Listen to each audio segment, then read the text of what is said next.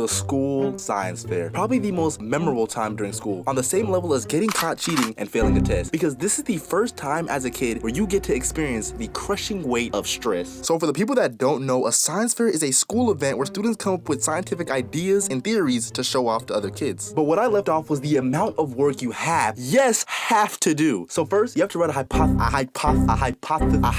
So first, you have to write this, which by definition is an educated guess or prediction about the relationship between two variables that can be tested to see if it's true. But the real definition may as well be, you are about to make a guess, and if you guess wrong, nigga, you are about to look so f***ing dumb, because you can't just write down, I feel like this is gonna happen, or I think this is gonna happen. You write it down like you know what's gonna happen. On my mother's life, my dog's kids, and my best friend's soul, my statement that I did no research on and it's just an educated guess is right. And then you write out your conclusion. Now this is the part where you end up doing the project, and this is where the stress hits you, because for some reason you lose points for guessing wrong. And to add more stress, they made it a competition, meaning if you get first, second, or third, your middle school social status cool points went up. So every kid was super competitive and try-harding. And how it worked was you have to score the top 3 highest in your classroom, then you advance to the cafeteria where everyone in the grade competes for first place with a grand prize of free Domino cinnamon sticks. And to a kid, that is basically $1 million.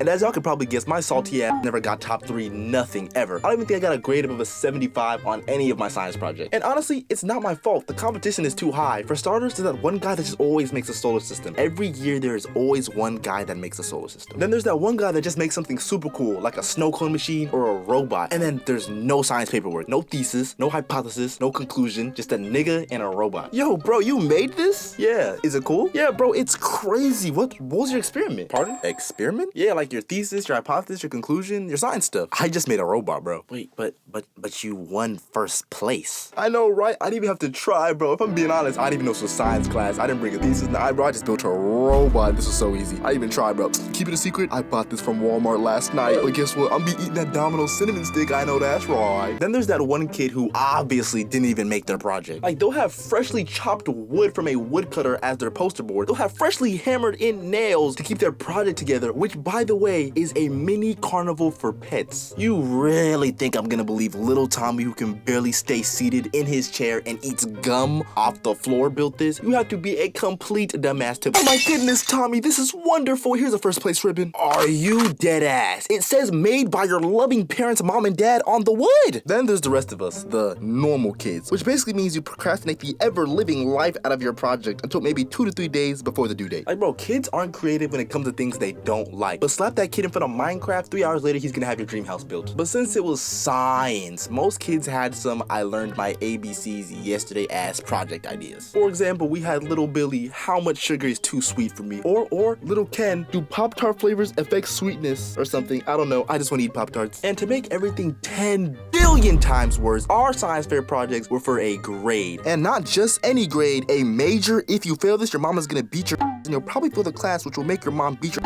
again grade. So this meant me and all the normal kids were stressed out because I don't know anything about science except for Bill Nye, the Magic School Bus, Mythbusters, and Wildcrats, if that's even science. So because of this, teachers let you work in groups, which is that really gonna change anything? Because if you're working with another normal kid, nothing's gonna change. That's why when it came time to pick partners, I partnered with my boy Mike. Why Michael? Because he's Asian. I'm just kidding. It was because he was smart, like super smart. So I knew he'd carry my stupid ass to one free Domino cinnamon stick. But yeah, that didn't happen. But the reason for that was because I was so pressed to do my idea over Michael's that I can't even tell you what Michael's idea was now. But I can 100% remember what mine was, because that might have been one of my top 3 worst ideas as a project. Our project was, does oil make plants grow faster than water? Bill Nye the Science Guy. And since Michael was such a shy kid, he didn't even say anything, but I know he thought I was crazy. This might be the dumbest person I have ever met in my life. His mother held him for 9 months for there to be nothing but wind in that fat ass cranium he has. how did I get finessed to working with this guy? So some days pass and me and Michael are working on the project. And by working on the project, I mean we were playing Naruto on the Wii. Michael really fought and tried his hardest, but he was no match for my bad influence. Like, if there was a competition to see who can be the most unreliable teammate, I probably would have forgot to show up. Like, pure talent. Like, on the first day, Michael was locked in, but I already knew no nigga is a match for the Wii. Are you ready to start the project?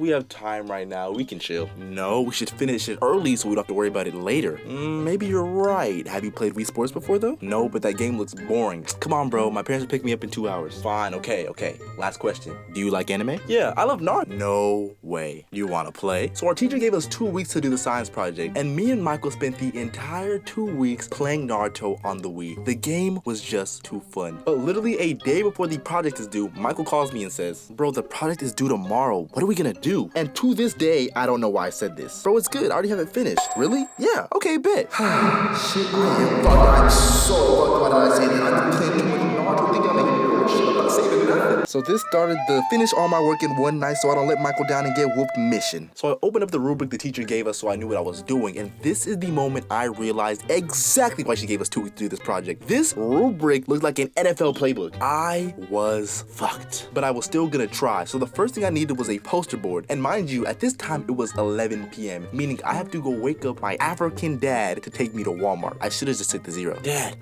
psst. I need a poster board for a school project. We'll get it tomorrow. The project is due tomorrow. So I get to the Walmart while my dad is in the car regretting his life choices. I go in the Walmart, I get all my supplies, and I go to the store clerk. The store clerk looks at my cart, looks at me, looks back at my cart, back at me, and goes, late night science project? Yeah. What's your project gonna be about? Does oil cause plants to grow faster than water? So I spend all night going to absolute work on this science project, tunnel vision, like I am so locked in on this one free Domino cinnamon stick coupon. So the next day comes, and this is probably the most stressful part of the whole science fair, because this is where you have to present your experiment to the class. Now, after all this late night grind, let me tell you how this poster turned out. So I bought a white poster board. Okay, off to a good start, clap that up. But since I had no scratch paper, I had to write on the board with a permanent black Sharpie. And guess what? It gets worse. Since I'm illiterate, I had to scratch out all the misspelled parts while I was writing. Because, you know, I didn't want my poster to look stupid, right? And since I don't even know what the excuse is for this part, every single word I wrote was slanted. Not one word was on a straight line. And since my printer did not work, I had to draw the plants, draw the soil, and the results with the same black Sharpie. But hold on, wait. Did I tell you it gets worse? Since I woke up late, my dad couldn't take me to school, so I had to make that 15-minute walk from my house to school. And you can bet your ass I dropped that board on the floor at least 5 times. So this board looked like it just came back from World War IX. Wait, time out, it gets worse. So after me and Michael attempt to present this circus act to the class, our teacher looks at us and asks the classroom, does anyone have any questions? The next 10 minutes that I had to sit through was borderline a humiliation. This ritual. Not one question was asked about our experiment. So after all this happens, this is the part where our teacher is supposed to give her thoughts on our project. And honestly, I couldn't even remember what she told us, but if I had to guess, it was probably something like, this project is complete bullshit. Paradise, you might be the dumbest nigga on earth. And Michael, choose your friends more wisely, okay, honey? It had to be something like that, because at the end of everything, I look at Michael and he is bawling his eyes out. And me, I was just thinking about that ass whooping waiting for me at home. And once the science fair became optional, I never did that again. And the guy that says say cat to prove I read my comments, cat, I read my comments, don't play with me. You made me feel special, riding in the back of the Benz with a dirty weapon. I ain't even know your name, I brought chicks in my section, and I should've been on